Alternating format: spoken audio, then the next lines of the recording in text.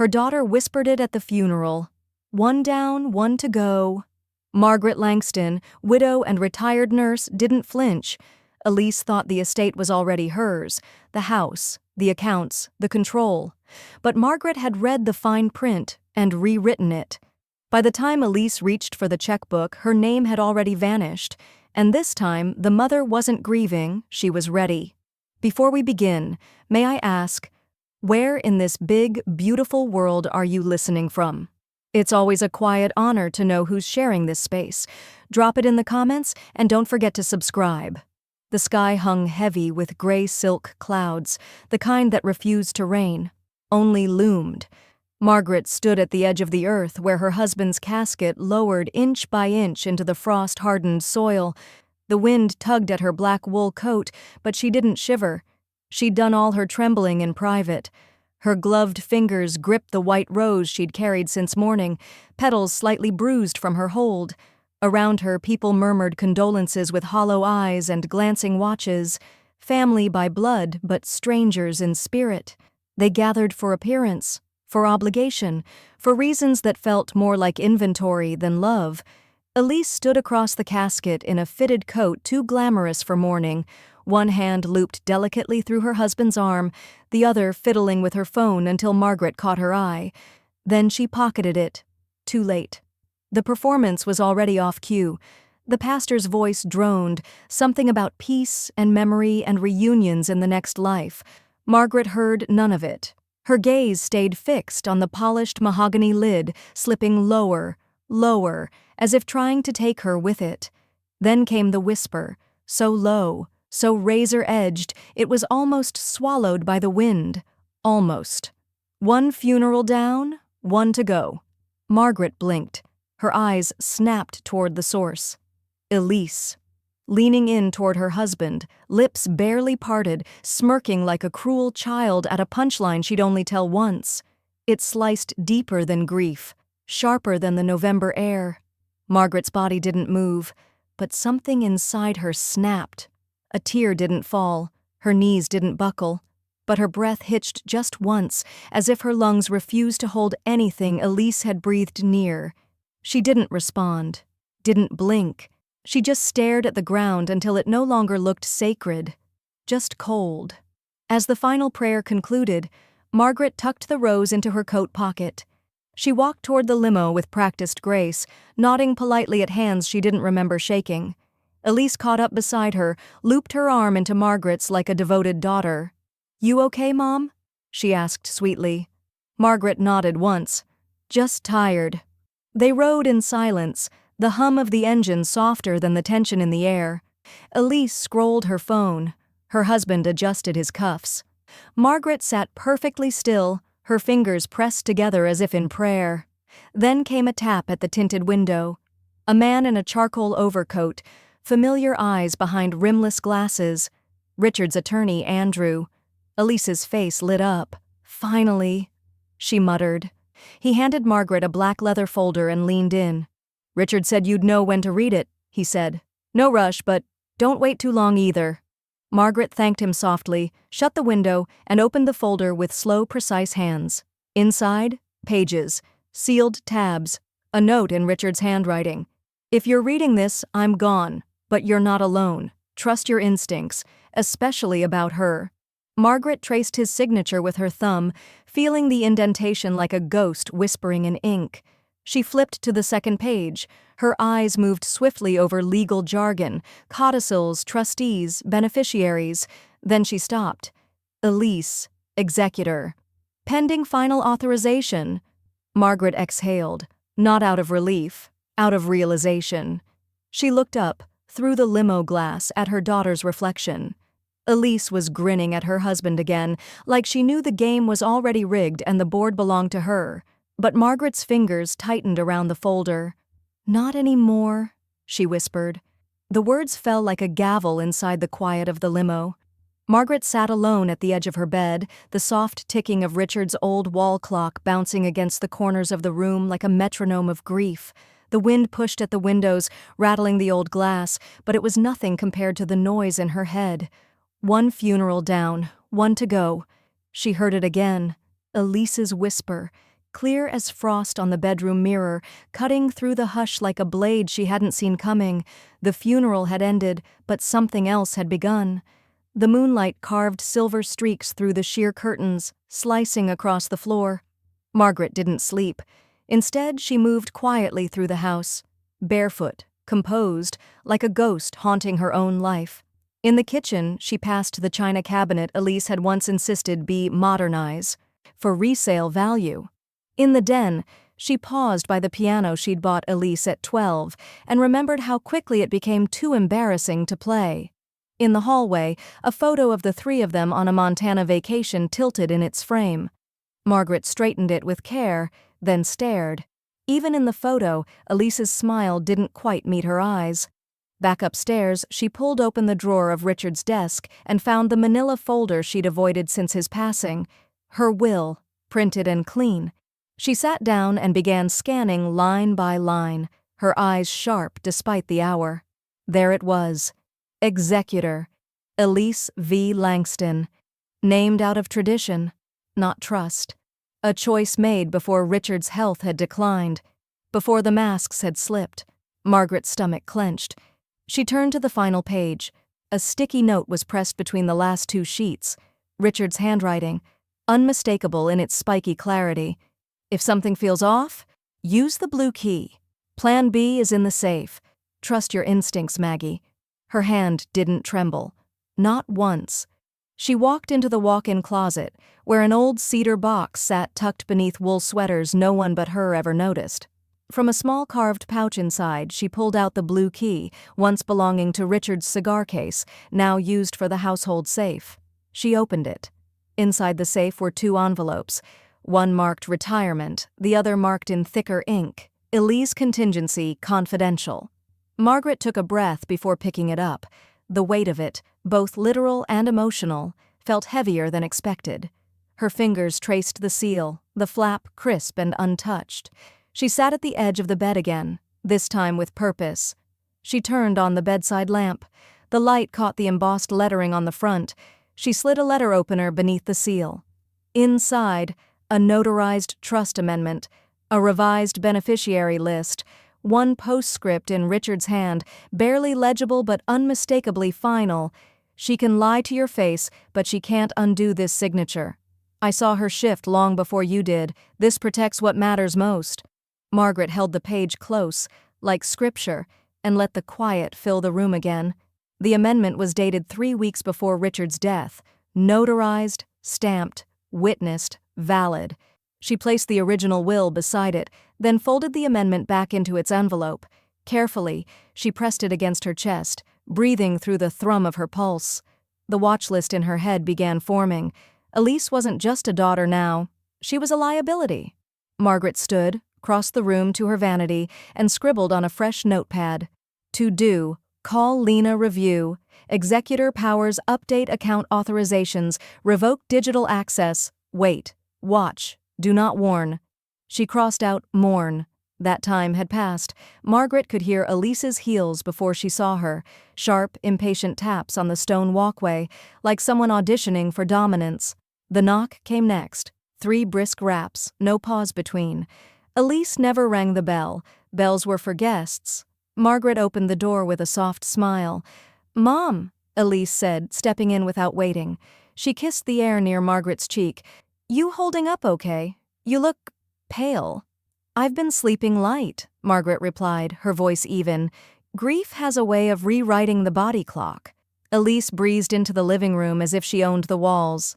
"I figured I'd stop by, just to check in. I've been thinking, once the dust settles, you should consider listing this place. You don't need all this space, right?" Margaret followed slowly, her movements fluid, controlled. "Is that so? You'd make a killing in this market," Elise continued, gesturing toward the bay windows. "And it's not like Dad's here to fix the plumbing or keep the lawn up. We could stage it beautifully." "We?" Margaret asked, setting a porcelain teacup down on a coaster. "Well, I mean, I'd help, obviously. We'd all benefit. You don't want to be rattling around this big house alone, do you?" Margaret walked to the kitchen. "Tea?" Elise scoffed lightly. "Sure, If we have time. I have a dress fitting later, rescheduled it from the weekend. You remember the venue, right? I told you we might do the vineyard instead of the marina. Margaret busied herself steeping the tea, letting Elise's words roll in like static. She didn't speak. Not yet. Instead, she opened the drawer beneath the cutlery tray, where her laptop sat hidden under printed recipes. The soft chime of the kettle masked the sound of keys clicking. Margaret accessed the joint family banking portal, the one she and Richard had set up years ago for emergencies. She clicked on Authorized Users, and with 2 keystrokes, removed Elise's name and login. No alert would be sent. No fanfare. Just a silent erasure. She poured tea into 2 china cups, returned to the living room, and handed Elise hers with a practiced grace. "So," Margaret asked, gently stirring honey into her own, "how's the planning?" "Going?" Elise rolled her eyes. "Honestly? Stressful. You wouldn't believe how expensive everything's gotten. And with the funeral, Dad's service, it's just been a lot." Margaret didn't flinch. "Of course, loss tends to complicate timelines." "Ugh, don't get all cryptic on me, Mom. I mean, I know it's hard for you, but sometimes you're just so dramatic about things. It's tiring." The teacup hovered at Margaret's lips. She smiled politely. "Well, I wouldn't want to be a burden." There was no venom in her tone. That would have made it easier to detect. No, Margaret kept it sweet, like lace sewn over barbed wire. The next day, Margaret walked into the downtown office of Daniel Reyes, Richard's longtime CPA, the same man who helped them restructure finances after Margaret's knee surgery, the man who had once been there when Elise overdrafted her savings account, trying to start a boutique home wellness business. Daniel looked up from behind his desk. "I figured I'd see you soon." "I need your help," Margaret said. Richard left a second trust. Elise doesn't know about it. His eyebrows lifted. "Was it notarized?" 3 weeks before he passed. "I want to begin the process of formalizing my executor authority and freezing all accounts connected to Elise." Daniel sat back in his chair. "You sure?" Margaret nodded. "I've never been more sure of anything." That evening, Margaret called Andrew, the estate attorney, and requested a second meeting. Privately. No calendar invites, no emails Elise could accidentally see. Just old-fashioned discretion. "Don't worry," Andrew said. "Your husband saw this coming. He left enough breadcrumbs to build a castle." Margaret smiled into the phone. "Good, because I'm not here to burn anything down. I'm here to rebuild without termites in the walls." 2 days later, Elise stormed back into the house, her phone clenched in her hand like a weapon. "What did you do?" she demanded. Margaret looked up from her crossword puzzle, expression unreadable. "My banking app won't let me in. My account's locked. The joint accounts say access pending. I just got declined at the florist." Margaret folded the corner of her newspaper neatly. "Then perhaps," she said, "you should speak to your bank." The china clinked softly as Margaret set the tray down between them. Earl Grey for Elise, just like always, and chamomile for herself. A plate of lemon biscuits sat untouched between the cups, each one precisely spaced on the floral porcelain dish like soldiers awaiting inspection. "Why are we doing this like it's some Victorian parlor scene?" Elise muttered, eyes sharp as razors. "You know why I'm here. Don't pretend you don't." Margaret eased into her chair, folding her cardigan tighter around her shoulders. "You seemed upset. I thought a cup of tea might help settle things." "Settle?" Elise's voice rose, cracking slightly. "Mom, my name is gone from the accounts. I can't even check the balances. The florist bounced my payment yesterday. Do you have any idea how that looks?" Margaret took a sip, ignoring the heat as it kissed her tongue. "I imagine it looks like someone assumed too much authority over something they never earned." Elise leaned forward, her voice low and trembling with fury. "Don't play games with me. If this is about the house, just say it. If this is about Dad, fine. Grieve how you need to, but don't screw with what's already been decided. I'm executor. I have legal control." Margaret blinked once. "You had control. I made some updates." "What kind of updates?" Margaret reached into the side drawer of the table and pulled out a slim folder bound in pale blue ribbon. She laid it gently between them. These kinds. Elise hesitated before snatching it open. Her eyes scanned the documents, her lips moving silently as if trying to taste each word for danger. Her skin began to flush, not red but blotchy, mottled with panic. "You revoked power of attorney?" Elise's voice cracked.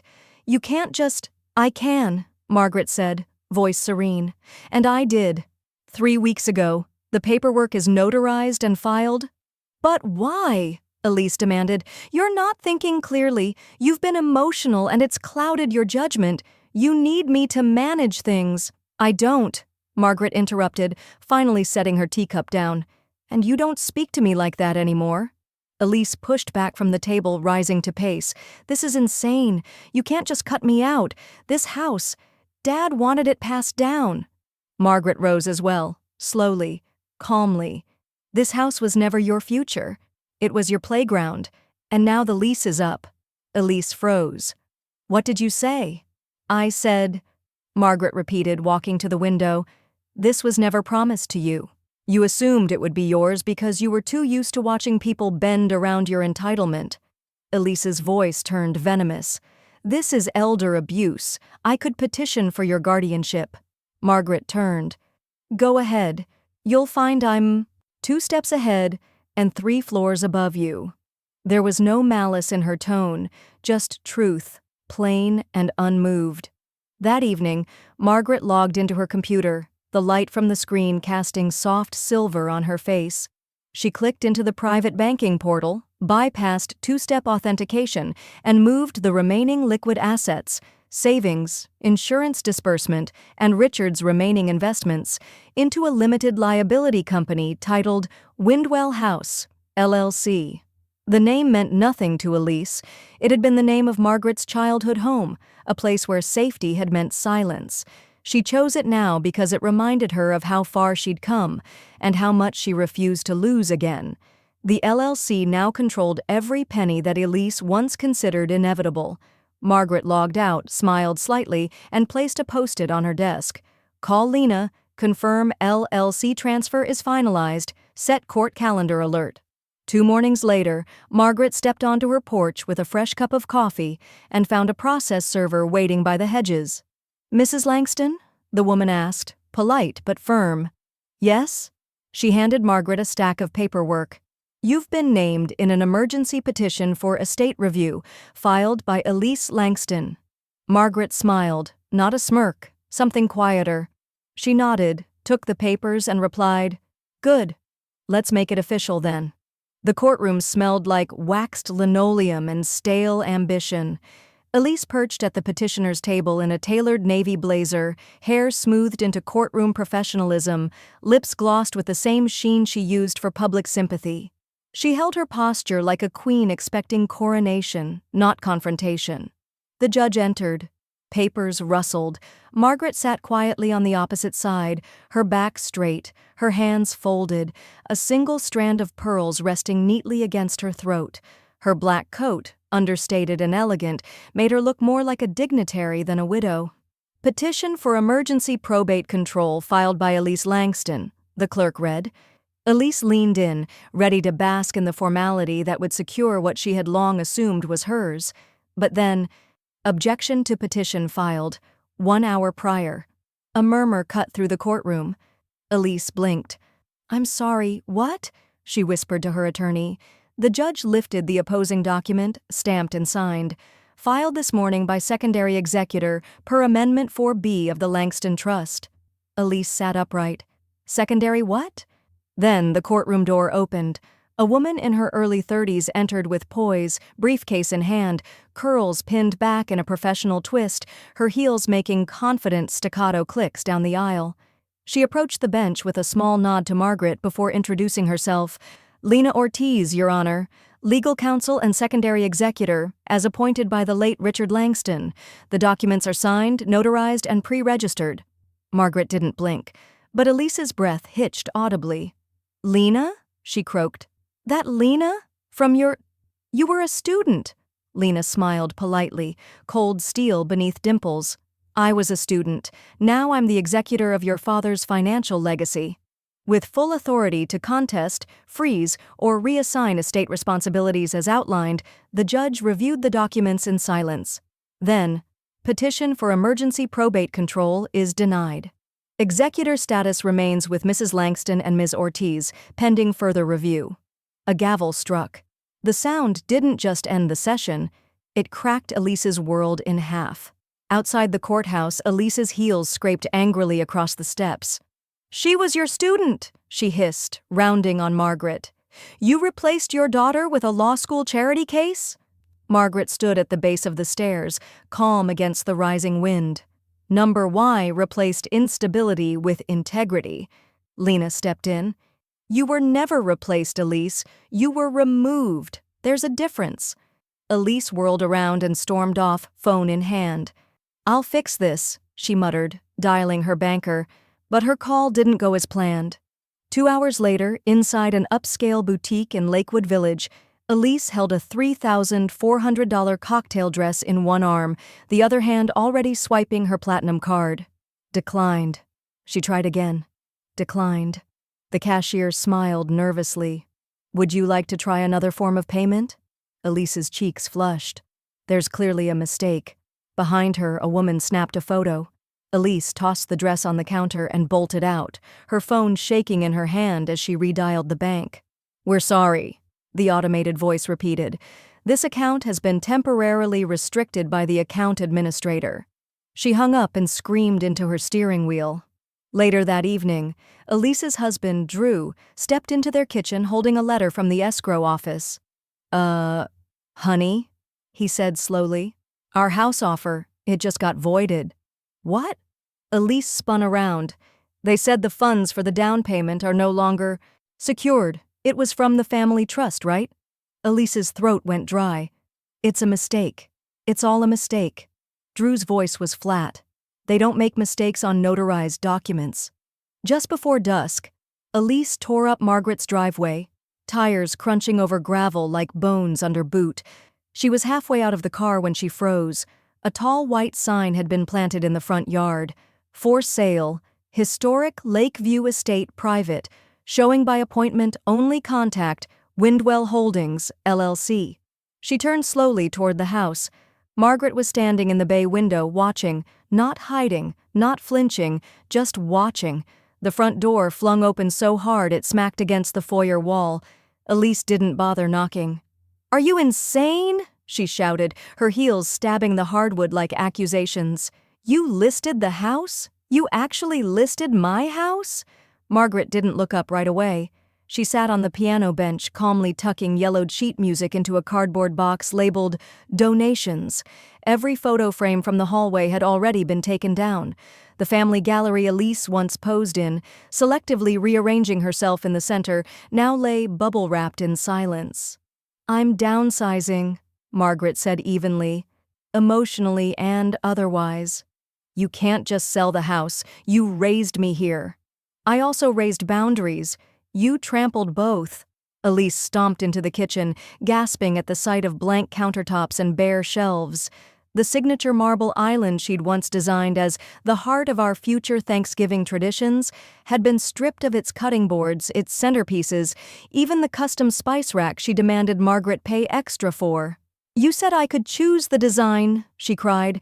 "I said I'd cover the design," Margaret corrected, "and now I've covered the cost. The house is mine."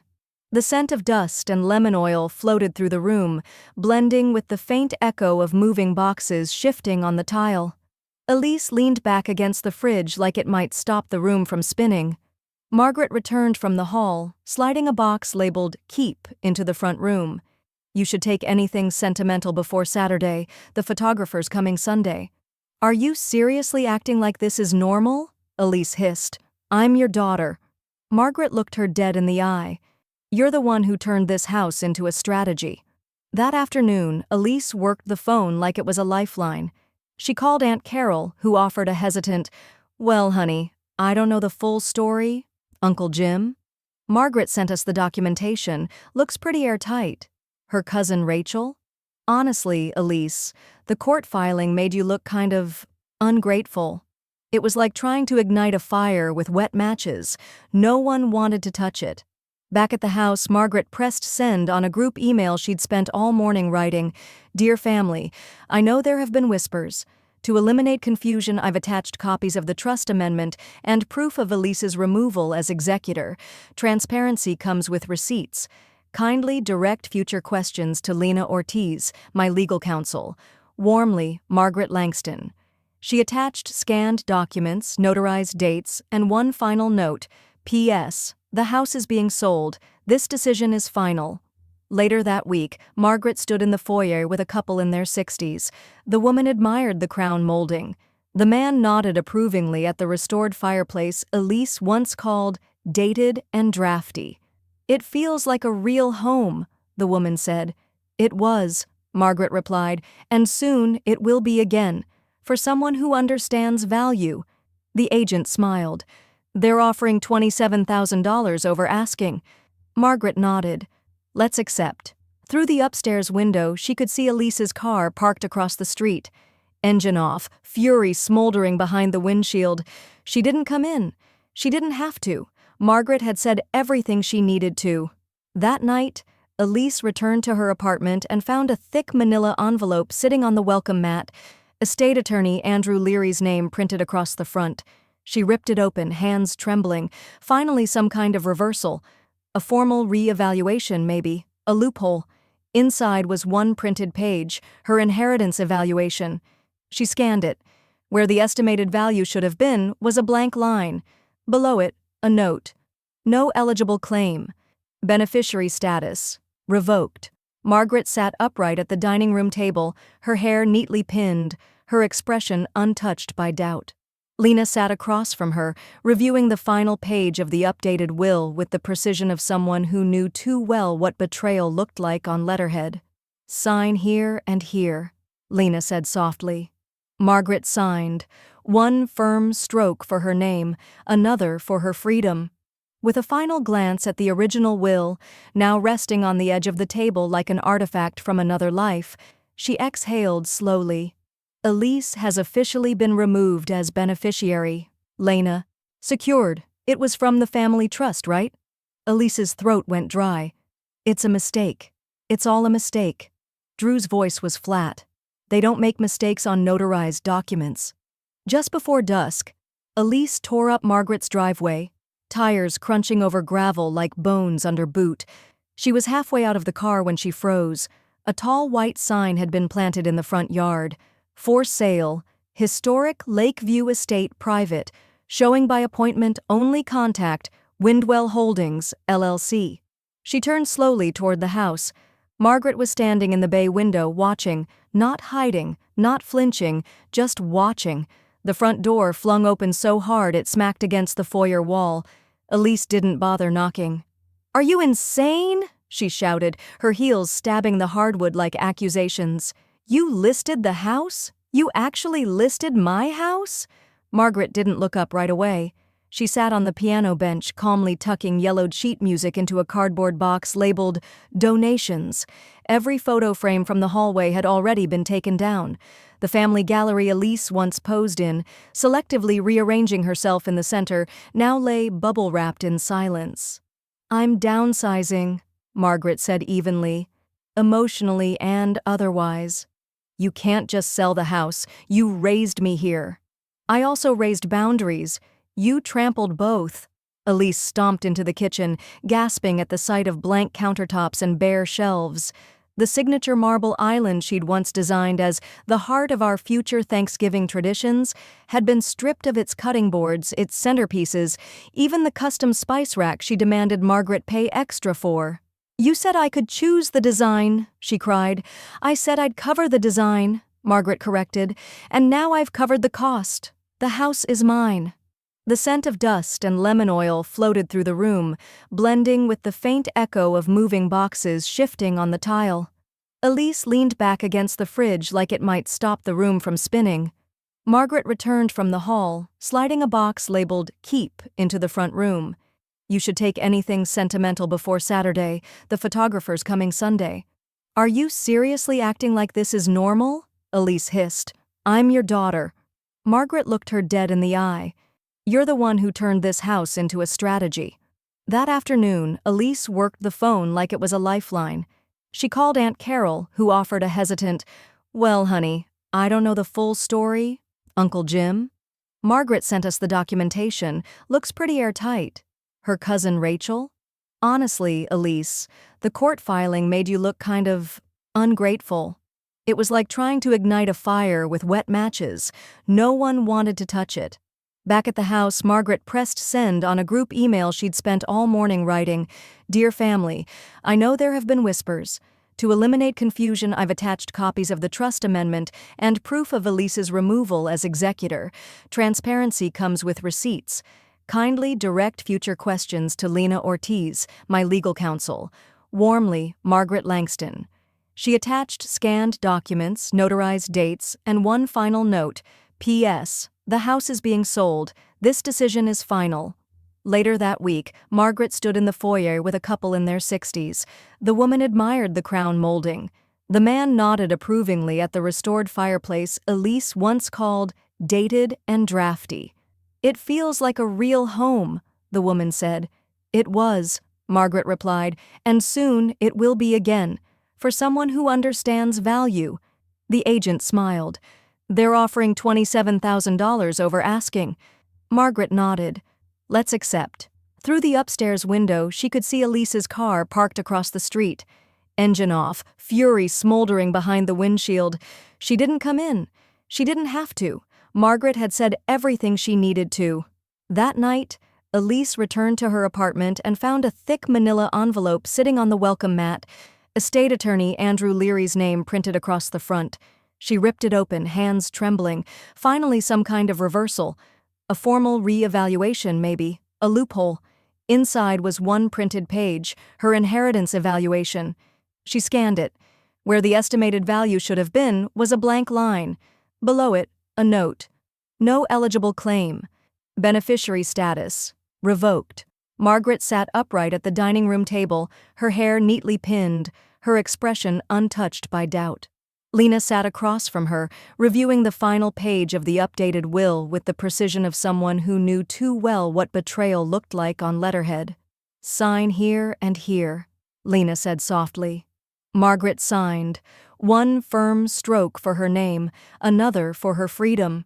With a final glance at the original will, now resting on the edge of the table like an artifact from another life, she exhaled slowly. "Elise has officially been removed as beneficiary, Lena." This later, the surveillance footage, posted to the local town forum within an hour, then shared, then reshared. By evening, the video had over 12,000 views. The comment section overflowed. "This is the executor's daughter? Yikes. So much for grace." Maybe Margaret wasn't crazy after all. That weekend, Margaret hosted her first estate literacy seminar for local widows and retirees. The community center smelled like old paper and fresh coffee. The room was filled with attentive faces, women who had felt invisible for years and were now learning how to own their legacy. Margaret stood before them, elegant in soft navy, her tone patient but unyielding. "You don't owe your children access to your grief," she told them. "You owe yourself protection from their entitlement." Applause rippled through the room. There was no mention of Elise. Not once. Not even a slip. But whispers followed the seminar anyway. Her daughter tried to sue her own mother? She stormed the lawyer's office like a madwoman. That poor woman. Margaret, not the daughter. The tide had turned. Elise didn't know how to swim in silence. The next day, Margaret opened her mailbox and found a certified envelope waiting. Neatly sealed, no return address, but the handwriting was familiar. Inside, a folded letter. Handwritten. No email. No legal header. Just ink on paper. It was from Drew, Elise's husband. The envelope was thin, but Margaret held it like it weighed 100 pounds. She sat at the kitchen table, steam rising from her untouched coffee, the morning sun hitting the paper in a way that made the ink glow faintly beneath the seal. She peeled it open carefully. Her hands were steady, but her breath was shallow. Inside, folded neatly and without flourish, was a 2-page handwritten letter. The signature at the bottom hit first. Drew. She blinked once, then began to read. I know I should have said something sooner. I kept convincing myself Elise wasn't serious, that it was just grief or pressure or her way of coping, but I was wrong, and I think you knew that already. Margaret closed her eyes for a moment, then continued. Elise and her brother started planning before the funeral. She kept calling it a timeline refresh. She said we needed to act while emotions high and papers fluid. I didn't know what that meant until I saw the documents. Taped to the second page were color printouts of text messages, screen-captured and time-stamped, Margaret's name in bold. Elise. Once Mom's grieving window closes, she'll get difficult. We need to file the POA transfer before then. Brother. Is she showing signs yet? Slipping memory or moods? Elise. I've got her rambling on tape. Gonna edit it. Sound bites help cases. Margaret's heart thudded low and hard in her chest. I didn't agree, I argued. She said I was being soft. That Richard's death opened a window and we needed to close the estate before she closes the door on us. That's when I realized she was never grieving.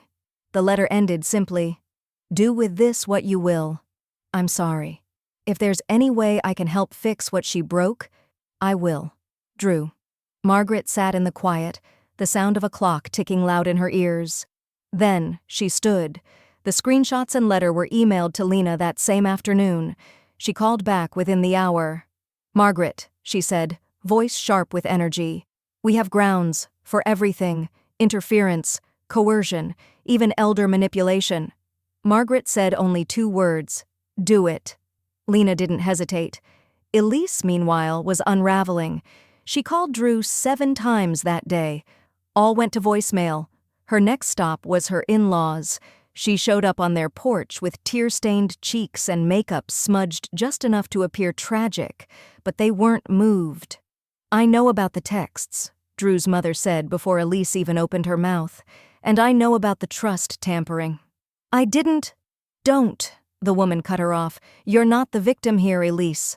Later that week, Elise's in-laws formally revoked her access to their shared savings plan and their pending contribution to her and Drew's home purchase. Margaret, without announcement or fanfare, mailed a small envelope to Drew. Inside, a check made out to him for $3,500, enough to cover a legal retainer or a deposit on a modest apartment. Attached was a note, handwritten in neat cursive, "Use this wisely. I won't be around forever. M." By the weekend, word had spread like spilled ink across linen. Church groups whispered it in pews. Neighbors passed the updates over hedges and HOA newsletters. She plotted to fake her mom's mental health? Screenshots from her own husband. You don't cross someone like Margaret and walk out unbruised. No one defended Elise anymore, not even out of politeness. Monday morning, Elise stepped outside and found a courier waiting on the front steps. He didn't make eye contact as he handed over a thin envelope stamped with the court seal. She tore it open, hands shaking. Subpoena to Elise Langston. Alleged estate interference and elder coercion. She dropped the envelope like it had burned her fingers. The courtroom smelled like cold wood and nerves, polished benches, murmured greetings, and beneath it all, a tension that coiled through the air like static. Margaret sat near the front, unmoved and immaculately still. Her charcoal suit was simple but elegant. Around her neck, hanging from a delicate silver chain, was Richard's wedding band, the gold worn thin by decades of faithfulness. Across the aisle, Elise walked in late, clutching her handbag like it could somehow shield her. She wore a sleek black blazer, more performance than penitence. Drew was absent. Her lawyer, a new one, avoided eye contact with the press seated near the back row. The bailiff called the court to order. All rise. The judge entered with the weight of the gavel not yet lifted. He nodded once. Let's begin. Lena rose from her seat like a storm in slow motion. Calm on the surface, calculated in her first word. Your Honor, we'd like to introduce direct evidence that Ms. Elise Langston knowingly tampered with and attempted to suppress estate documents pertaining to the Richard Langston Trust, revised 1 week prior to his death. She handed over a sealed folder. The clerk delivered it to the bench. The judge flipped it open. Provenance? Documents were retrieved directly from a secure folder inside Richard Langston's original estate safe, corroborated by the estate's former CPA and notarized witness statements. They include a revised disinheritance clause and a resignation of executor duties, both signed and dated. The judge raised a brow. These conflict with the filings Ms. Langston submitted to the court 2 months ago. Yes, Your Honor, Lena said smoothly. Because those filings were forged? Gasps snapped through the gallery like dry twigs underfoot. Elise froze. Her new lawyer went pale. Moments later, Elise was called to the stand. She walked stiffly, avoiding her mother's eyes. Her voice, once smooth and social, now sounded tight and forced. Did you or did you not submit these documents to the court as official filings of the Langston estate? Lena asked. I did. That's what I had at the time. Were they altered? No, Elise said, with only the slightest twitch in her lip. Then can you explain why the signatures on these differ from the verified documents found in the safe? Lena handed a copy to the judge. One has your father's signature, the other, a digital overlay proven to have been applied post-mortem. Elise swallowed. I wasn't aware. You weren't aware, Lena repeated. And yet, your own husband testified to hearing you discuss editing audio and pushing filings early to, quote, catch your mother before she regains control. I never, Your Honor, Lena said, pivoting toward the bench. With permission, we'd like to play an audio file recorded 1 week after Richard Langston's funeral. The judge nodded. A speaker crackled to life. Elise's voice echoed from the recording. She's grieving. That means she's slow. If we act fast, the paperwork lands before she wakes up. There was a pause. Then, I just need her to sign one form while she's half asleep. Once I'm executor, it's locked. Gasps turned into open whispers. Elise's face drained of color. Her lip trembled. Her eyes darted toward her attorney, who slid away like a man wanting no part of the blast zone. I didn't know I was being recorded, Elise snapped. Lena tilted her head. Intent isn't the defense here. Actions are. Elise's voice cracked. She was going to leave everything to strangers. Your Honor, Lena said without missing a beat, the estate documents show the beneficiaries to be her longtime caregiver, a nonprofit, and a community trust for widows. The judge finally set down the papers, looked directly at Elise.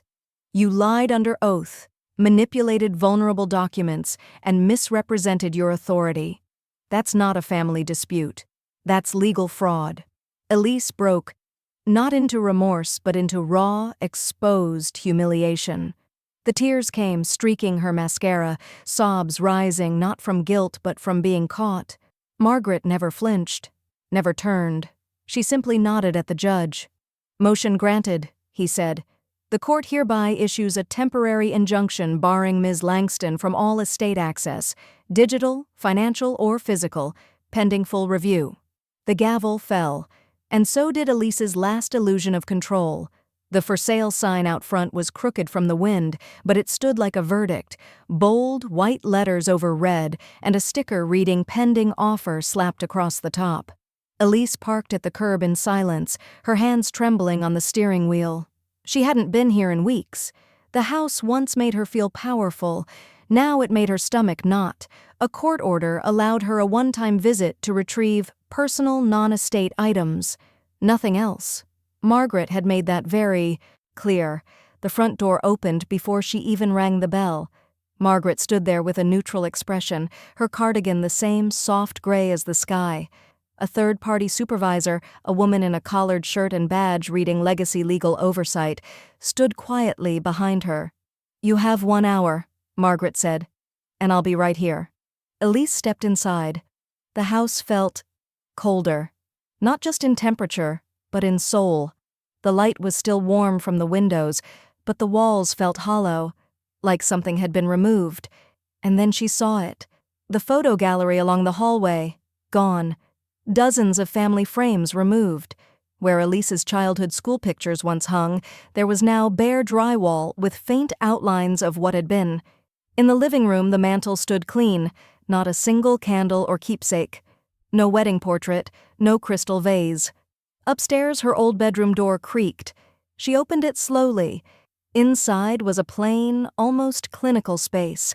A few boxes sat labeled, Elise, permitted items. Inside, a stack of old notebooks, a faded hoodie, a pair of earrings.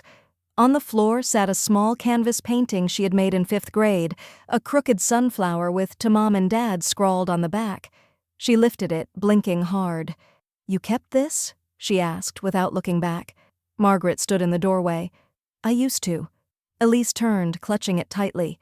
"You're really throwing everything away for pride?" Margaret's gaze didn't falter.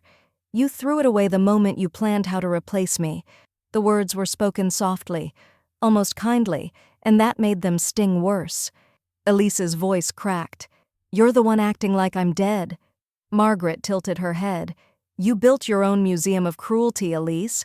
I just stopped buying tickets." The silence that followed wasn't hollow. It was loaded, and Elise hated how small she felt inside it. She moved through the house faster now, grabbing a few trinkets, snatching a scarf from a drawer, ignoring the careful supervision that followed every step. In the kitchen, the scent of lemon polish lingered. The island she once designed with Margaret's money had been cleared of every brag-worthy appliance. She reached for a crystal wine glass on the shelf. "That's estate property," the supervisor said. Elise let it go. It clinked gently against the others, reminding her of the sound champagne used to make when her plans were working. 35 minutes in, she gave up pretending. She left. The car gave one shudder too many as she drove away, engine light blinking. By the time she hit the stoplight near the apartment, the steering wheel locked, the brakes hissed, and she had to coast it into the side lot of a gas station. She cursed, slammed the door, and started dialing. Drew didn't pick up. Neither did her brother, or her lawyer. By the time she got an Uber home, night had fallen. The porch light was off. She tried her key. It didn't turn. Her hand shook. She tried again. Nothing. A note was taped inside the screen door. "Elise? I need space. You need consequences." Drew Elise hit send on her final email to the estate attorney, her hands shaking slightly above the keyboard. The subject line read, "Appeal for access review. Urgent." Below it, a desperate message dressed in professionalism requesting one last look at the amended estate documents. An hour later, the response came in like a slap delivered with a silk glove. "Ms. Langston, the court has denied your appeal. This matter is now closed. Please direct any further communication through legal counsel. LL." The finality of it burned. She stared at the screen, blinking. Her reflection ghosted in the glass of her laptop. Hollow eyes, perfect makeup cracking at the corners. A woman now famous in her own town for being disinherited on record. Across town, Margaret sat at her new kitchen table, a calm spring breeze lifting the sheer curtains. A mug of chamomile tea steamed gently in front of her, untouched. Stacked beside it were 12 ivory envelopes, each one addressed in her careful cursive. Legacy letters. She slipped in photos, memories, and handwritten messages of love and closure. One for the neighbor who brought casseroles during Richard's chemo. One for the pastor's wife who cried beside her at the funeral. One for the nurse who held her hand through the hard nights. Not one for Elise. She paused before sealing the last envelope and whispered, "Grief doesn't end. But you can choose who carries it with you." By midweek, the town had already turned its back on Elise. Whispers followed her at the grocery store, short, clipped things like, "She had it all," and "Imagine lying about your mother's mind like that." Even her hairdresser canceled her next appointment with a vague schedule conflict. At the bank, Elise overheard the teller say quietly to a coworker, "She's the one who forged the trust papers, right?" Her hands curled into fists around her purse straps. She left before her transaction could finish processing. Back at the condo, Margaret signed the final house sale documents with a silver pen Richard had gifted her 20 years ago. The notary gave her a quiet nod. "It's done." Margaret exhaled slowly, as if the very foundation of the old house had finally released her chest. For the first time in months, her shoulders dropped into ease. She folded the document and tucked it beside a printed check for $100,000 made out to the Hearthstone Grief and Healing Center. On the memo line, in her neat handwriting, "In loving memory of Richard Langston, because healing deserves help." She mailed it the same day. That evening, the porch glowed under strands of warm Edison bulbs, flickering like old memories rethreaded in peace. Margaret sat beside her caregiver, June, both sipping tea from matching mugs. "You ever think she'll apologize?" June asked, not cruelly, just curious. Margaret stirred her drink. "Number. And I've stopped needing that." June nodded once respectfully. Margaret glanced up at the stars. "Elise wrote herself out of the story. I just made it official." On the other side of town, Elise was still unpacking a suitcase she never wanted to repack, this time in a rented unit above a vape shop, with paper-thin walls and no working dishwasher. A knock sounded at the door. She opened it slowly. A man in a gray blazer stood there with a neutral face and a file in hand. "Elise Langston?" "Yes?" "You've been served." He handed over a thick envelope and walked away. Her fingers trembled as she tore it open. Notice of court-mandated debt repayment plan case, Langston versus Langston, defamation ruling, clause 17.2. Itemized amounts, deadlines, penalties, interest. It wasn't just her reputation that had crumbled, it was everything. Margaret ran her hand across the smooth mahogany lid before slowly lifting it. Inside, the contents were meticulously organized, just like Richard had always been. Folders labeled in his handwriting, an old flash drive secured in a velvet pouch, and at the bottom, a sealed envelope with one word written in ink slightly smudged by time. Margaret. She opened it with steady fingers. Inside was a single page and a USB drive taped to the corner. "If you're reading this, I'm gone. But I'm also finally off the leash and free to do something we always dreamed of. There's a Cayman account. We didn't talk about it because I knew Elise would sniff it out like a fox.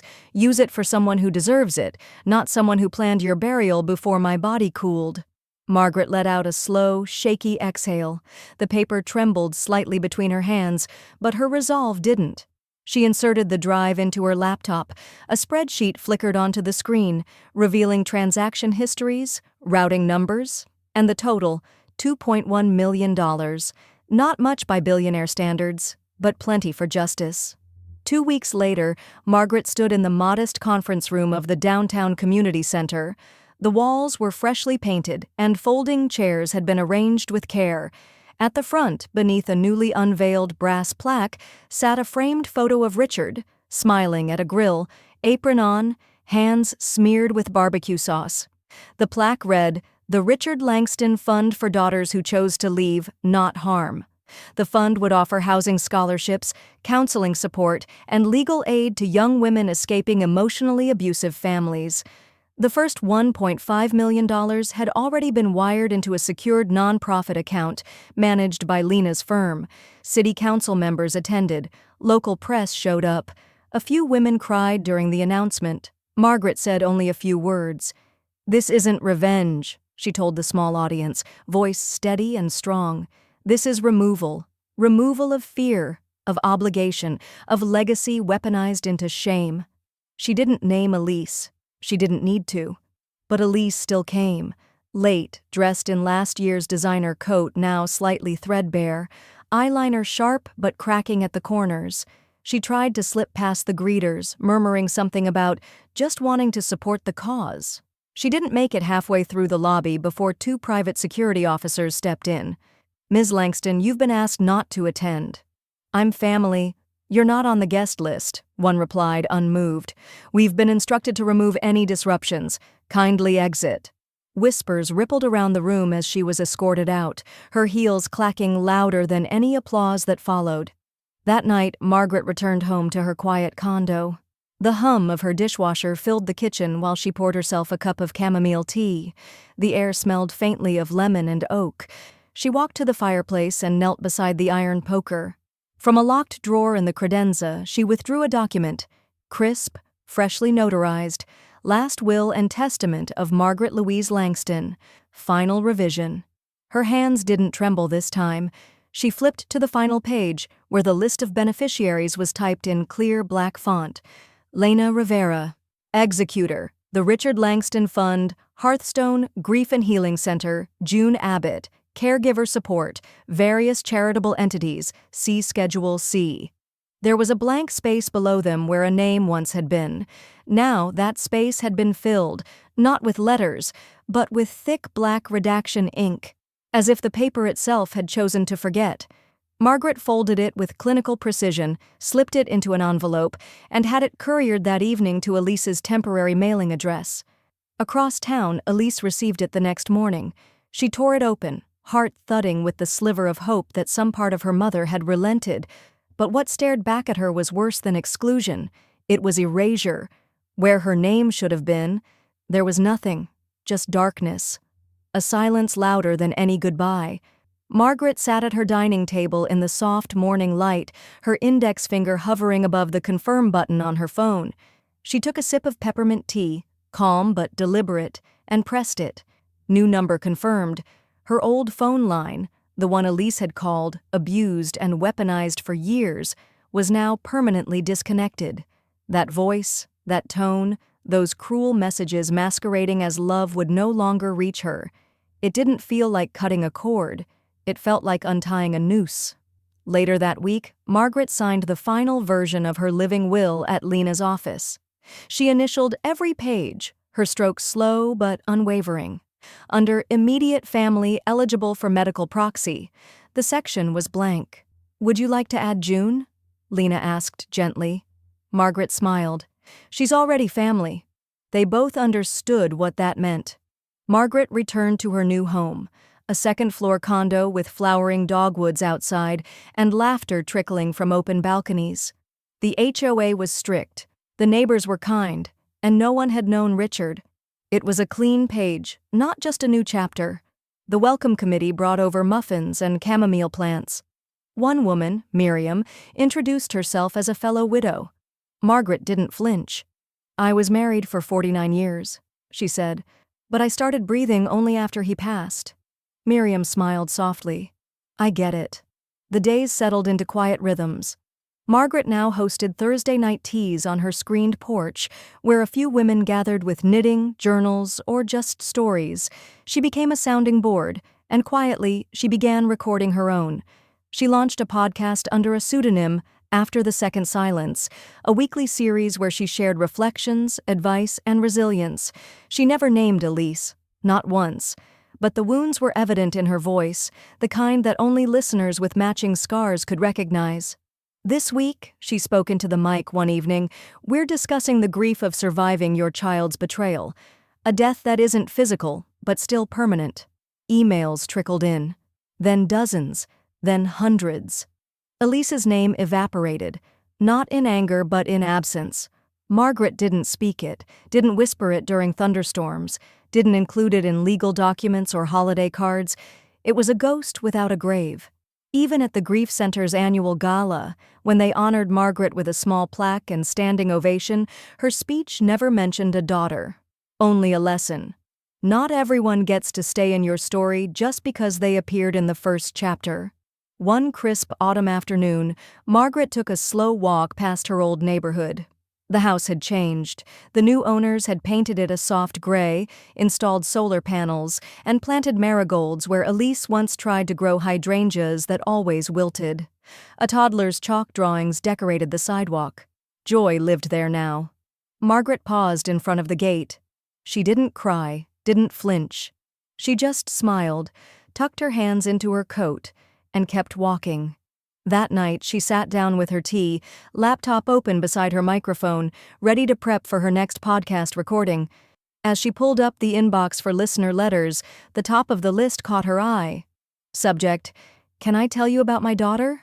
From Name withheld. Her hand stilled above the mouse. There was nothing angry in her expression, only recognition. She leaned back, the corner of her lips lifting slightly. "I guess I'm not the only one," she murmured. The sun spilled across Margaret's kitchen table like warm silk. On top of it sat a neat stack of cream-colored envelopes, each one handwritten, each one addressed simply to the Langston Fund, C.O. Margaret L. She slit them open slowly, one by one, like unwrapping small truths. Dear Mrs. Langston, I used to think no one would believe my story. Then I read yours. The scholarship saved my life. Thank you for not giving up on women like us. I didn't know a stranger could believe in me so fiercely. She exhaled deeply, emotion rising in her chest. Not pain, not pride, something in between, something closer to release. It had been 2 years since the final revision of her, Will. Since the last confrontation. Since she let go of the need to be anyone's mother and instead chose to be something greater, a beginning. Margaret, now 74, had found rhythm in simplicity.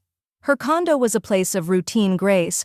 Tea at 8, letters at noon, walks by the water at dusk. No drama, no dependence, no damage left to clean up. Every wall of her home whispered intention. The soft ticking of the antique clock Richard had repaired with his own hands. The framed quote above her desk in brush lettering, "Forgiveness is earned, silence is owned." And beside it, always, a candle. Lit each morning and each night. Not for mourning, but for memory. "Thank you, Richard," she said aloud one evening, voice low and certain, "for trusting me to finish what you started." The Langston Scholarship had already served 39 women. That fall, a local journalist had reached out, not for drama, not for clickbait, but to understand. The headline on the feature story was printed in Sunday's lifestyle section. "Widow turned advocate changes dozens of lives," all without saying a word about her own. The article went viral across senior forums and caregiving networks.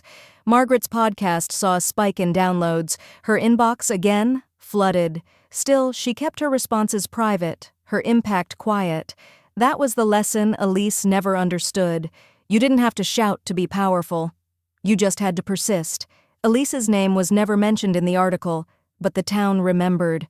They remembered the court case, the voice memos, the redacted will. Now Elise was seen only through sideways glances and whispered grocery aisle stories, a cautionary tale wrapped in silk scarves and past-due bills. She had moved twice, changed her last name, tried to rebrand, but in a town like theirs, reputation aged like milk, not wine. Margaret never gloated. She never clinked glasses or toasted to karma. She just continued living, deliberately. One cold January morning, Margaret sorted through her mail with a gloved hand. Gas bill, donation request, community newsletter. Then, something strange. A lavender envelope. Slanted, childish handwriting, no return address. She brought it inside, placed it beside the tea kettle. Let it sit. Sometimes paper needed to breathe before truth could be revealed. Finally, she opened it. "Dear Margaret, I don't know if I'm allowed to write to you. My mom says your name like it burns her tongue. But I found some old pictures of me and you in a photo box she never talks about. I don't remember much, but I think you were kind. She says you ruined everything. But when I looked up your name, all I found were stories about how you helped people. So I guess I want to know, can I know you? Or at least the truth. Sincerely, your granddaughter, I think." Margaret held the letter to her chest. The paper trembled between her fingers, not because she was afraid, but because this was the one story she hadn't planned to write. She looked up at the candle, still flickering on the mantel. "Legacy," she whispered, "always finds a way." She didn't know what she'd say yet, but she knew one thing for sure. She would not lie. Margaret walked to her desk, pulled out a fresh sheet of stationery, and dipped her pen. The line she wrote first was simple. "Dear one, sometimes love skips a generation. I hope it lands gently with you."